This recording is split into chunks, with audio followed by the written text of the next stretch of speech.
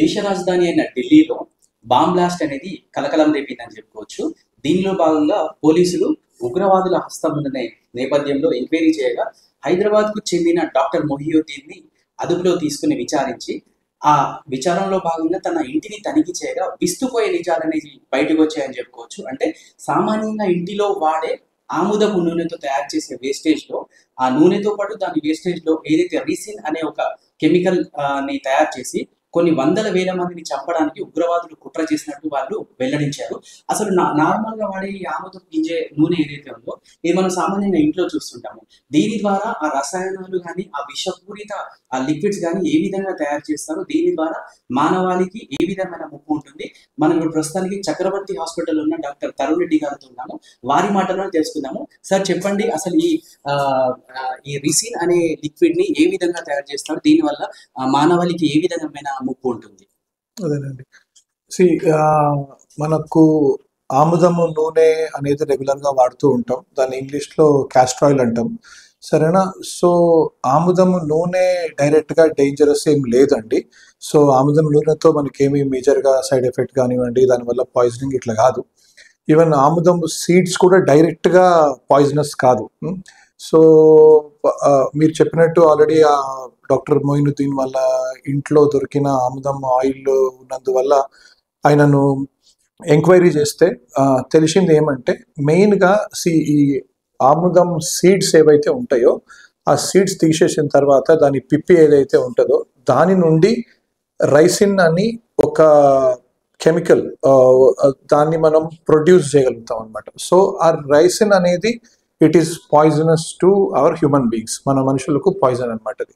సరేనా? రైసిన్ అనేది ఏమవుతుందంటే వీళ్ళు ఏం చేస్తున్నారు, డిఫరెంట్ టైప్స్ నుండి అంటే మనకు ఒక బాడీకి ఇంజెక్ట్ చేయొచ్చు, లేదా ఒక లిక్విడ్ రూపంలో తాగొచ్చు మనం, ఆర్ ఈవెన్ మనం ఇన్హేల్ కూడా చేయొచ్చు అనమాట. మనము ముక్కు ద్వారా మనము ఇన్హలేషన్ అంటే ఇన్హలేషన్ ద్వారా కావచ్చు, నోట్లో మనము తీసుకోవడం వల్ల మింగడం కావచ్చు, లేదా ఇంజెక్షన్ రూపంలో కావచ్చు. ఈ 3 రకాలలో కూడా ద్వారా మనకు బాడీలోకి రైసిన్ అనేది వెళ్ళడానికి ఛాన్స్ ఉంటుంది అనమాట.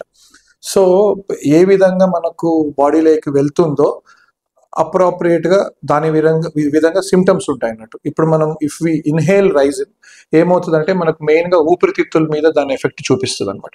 సరేనా? ఇమీడియట్గా ఏముంటుంది, కొంచెం చెస్ట్ టైట్నెస్ కావచ్చు, బ్రీతింగ్ డిఫికల్టీ కావచ్చు, లేదా హీమోప్టైసిస్ అంటాం అంటే బ్లడ్ కక్కడం కావచ్చు, ఇట్లాంటివి అయ్యే ఛాన్సెస్ ఉంటాయి.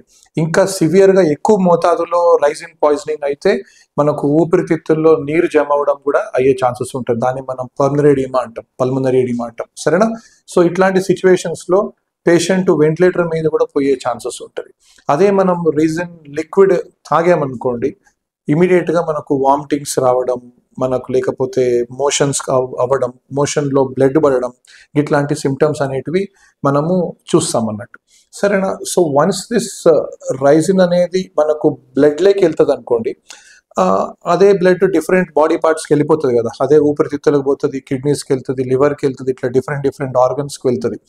వెళ్ళినప్పుడు ఏమవుతుందంటే దీని యాక్షన్ సెల్ లెవెల్లో ఉంటుంది అనమాట. బాడీలో మనకు every organ is made up of cells. So ఆ సెల్ లెవెల్లో మనకు ప్రోటీన్స్ అనేటివి ప్రొడ్యూస్ అవుతాయి. ప్రోటీన్స్ అనేటివి ప్రొడ్యూస్ అయిన తర్వాతనే ఏదైనా కానీ బాడీలో స్టార్ట్ అవుతుంది అన్నమాట అంటే ప్రొడక్షన్. ఆ ప్రోటీన్ ప్రొడక్షన్ను స్టాప్ చేసి ఆ సెల్యులార్ లెవెల్లో డెత్ అవుతుంది. అంటే ఆ సెల్స్ అన్నిటినీ కూడా అది చంపేస్తాయి అనమాట. సో సెల్యులార్ లెవెల్లో మనకు డెత్ అయినప్పుడు ఏమవుతుంది అంటే ఆటోమేటికలీ ఆ ఆర్గన్ ఫెయిల్ అవుతుంది. సో లివర్ ఫెయిల్ కావచ్చు, కిడ్నీస్, లంగ్స్, ఇట్లా మల్టీ ఆర్గన్ ఫెయిల్యూర్ అనేది ఈ రైజిన్ వల్ల అవ్వడం జరుగుతుంది అనమాట.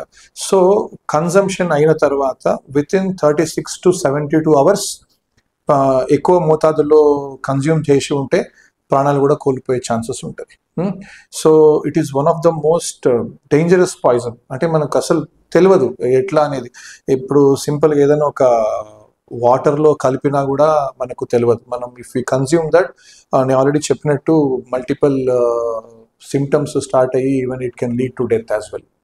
ఓకే. అంటే ఇది ఏదైనా ఫుడ్ లో అంటే Hmm. నార్మల్ గా మనం ఎవరినైనా చంపాలి అనుకుంటే Hmm. ఇది ఎవరైతే యూజ్ చేయాలనుకుంటున్నారో ఉగ్రవాదుల్లో ఈ విధంగా Hmm. మనం జరిగిన సంఘటన మనం చూసుకున్నాము. Hmm. వారి చేతిలో కనుక ఇలాంటి విష ఆ, పదార్థాలు వెళ్ళిపోతే Hmm. వారు ఎవరైనా చంపాలి అనుకుంటే అంటే ఎలాంటి పదార్థాల్లో కలిపితే వాటి వల్ల వారికి ప్రమాదం జరిగే అవకాశం ఉంటుంది?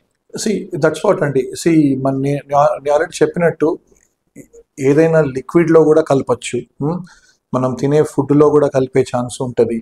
సరేనా అండి. ఆర్ ఇన్హలేషన్ మెథడ్ మనం తీసుకునే గాలిలో కూడా అట్లాంటిది ఏదైనా మనకు we can even inhale raisin అనమాట. లేదా ఏదైనా లిక్విడ్ ఫామ్లో చేసేసి మనకు నరాల్లోకి ఇంజెక్ట్ చేస్తే కూడా మనకి ఇట్లా అయ్యే ఛాన్సెస్ ఉంటుంది అనమాట. సో ఆల్ 3 వేస్, ఇంజెషన్, ఇన్హలేషన్, ఇంజెక్షన్ అంటాం.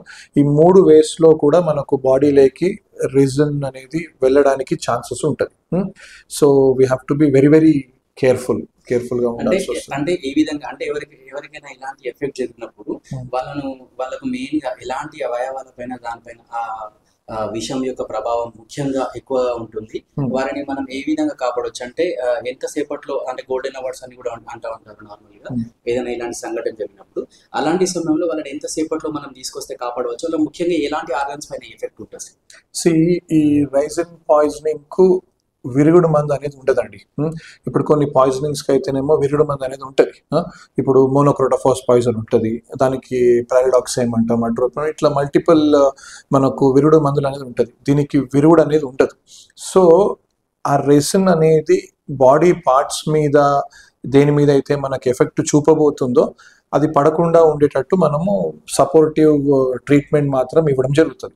ఇమీడియట్గా పేషెంట్ క్యాజువాలిటీకి వచ్చిన తర్వాత మనకు ఒక ఐడియా వస్తుంది. అది నేను ఆల్రెడీ చెప్పినట్టు ఇన్హలేషన్ మెథడ్లో తీసుకున్నాడా, ఇంజెక్షన్ అయిందా లేదా, ఇంజెక్ట్ చేసి దాన్ని చూసుకొని దాన్ని బట్టి మనం ట్రీట్మెంట్ చేయాల్సి వస్తుంది.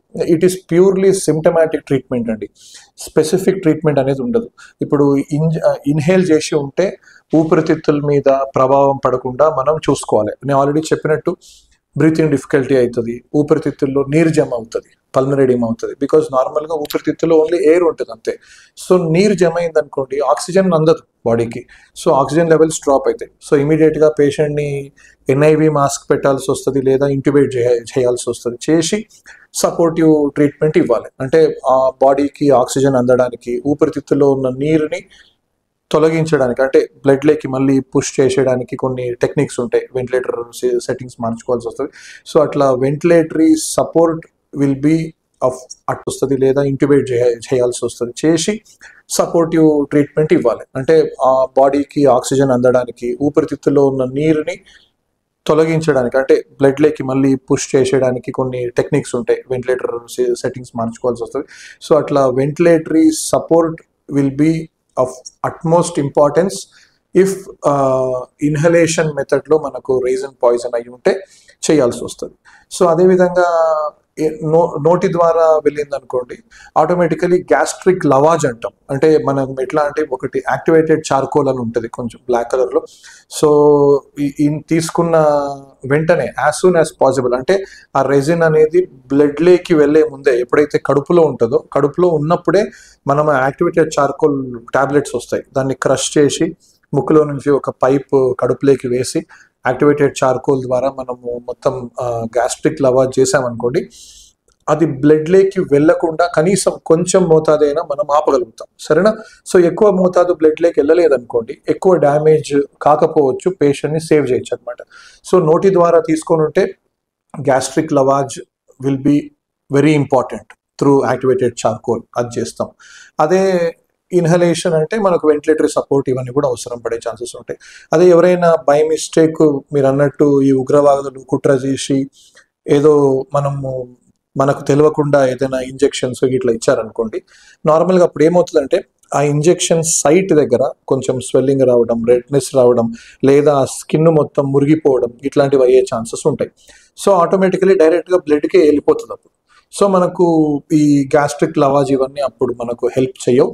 సో ఆటోమేటికలీ బేసిక్ బ్లడ్ టెస్ట్లు అన్నీ చేసుకొని దేని మీద ఎఫెక్ట్ పడుతుంది అనేది చూసుకొని మనం చేయాల్సి వస్తుంది. అదే ఇప్పుడు కిడ్నీ మీద ఎఫెక్ట్ పడ్డది అనుకోండి, డయాలసిస్ చేసుకోవాలి. ఊపిరితిత్తుల మీద ఎఫెక్ట్ పడేది అనుకోండి, వెంటిలేటరీ సపోర్ట్ ఇచ్చుకోవాలి. లివర్ మీద ఎఫెక్ట్ పడేది అనుకోండి, అప్రోప్రియేట్ సపోర్టివ్ ట్రీట్మెంట్ చేసుకోవాల్సి వస్తుంది. బ్లీడింగ్ మేనిఫెస్టేషన్స్ వస్తాయి దీని ద్వారా. అంటే బాడీలో ఎక్కడైనా కానీ మోషన్లో బ్లడ్ పడడం, మనం దగ్గితే బ్లడ్ పడడం, లేదా డిఫరెంట్ ఆర్గన్స్లో బ్లీడ్ అయ్యే ఛాన్సెస్, బ్రెయిన్లో బ్లీడ్ అవ్వచ్చు, డిఫరెంట్ ప్లేసెస్లో కూడా బ్లీడింగ్ అయ్యే ఛాన్స్ ఉంటుంది. సో బ్లీడింగ్ టెండెన్సీ ఏమైనా ఉందా లేదా అని కొన్ని రక్త పరీక్షలు చేస్తే మనకు తెలుస్తుంది, సరేనా. సో అది చూసి దానికి అప్రోప్రియేట్గా ట్రీట్మెంట్ ఇచ్చుకోవడం, ఇట్లా మనం చేయడం జరుగుతుందండి. So it is purely supportive treatment what will be giving to the patient. So ఎంత మోతాదులో తాగారు అనే దాన్ని బట్టి ఎఫెక్ట్స్ ఉంటాయి. సో అప్రోప్రియేట్గా ట్రీట్మెంట్ చేసుకోవాల్సి వస్తుందండి. So there is no antidote, అంటే విరుగుడు అనేది లేదు, కానీ సపోర్టివ్ ట్రీట్మెంట్ చేయడం జరుగుతుంది. ఓకే, సో ఇది మొత్తానికి రెజిన్ అనే విష పదార్థం ఏదైతే ఉందో ఆ లిక్విడ్ వలన ప్రజలకు మానవాళికి ముప్పు ఉందని చెప్పుకోవచ్చు. ఎందుకంటే దానికి విరుగుడు అనేది కూడా చాలా కష్టం అని చెప్పి మనకు వైద్యులు చెప్పిన పరిస్థితి మనం చూస్తున్నాము. ఎందుకనంటే ఇది ఎక్కువ అంటే ఏ మోతాదులో తీసుకున్నారు దాన్ని బట్టి సపోర్టివ్ ట్రీట్మెంట్ మాత్రమే ఉంది.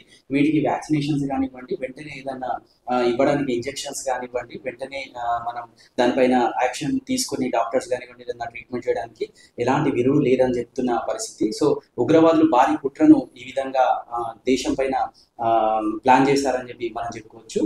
కెమెరా పర్సన్ శివతో సల్మాన్, రాజ్ న్యూస్, వరంగల్.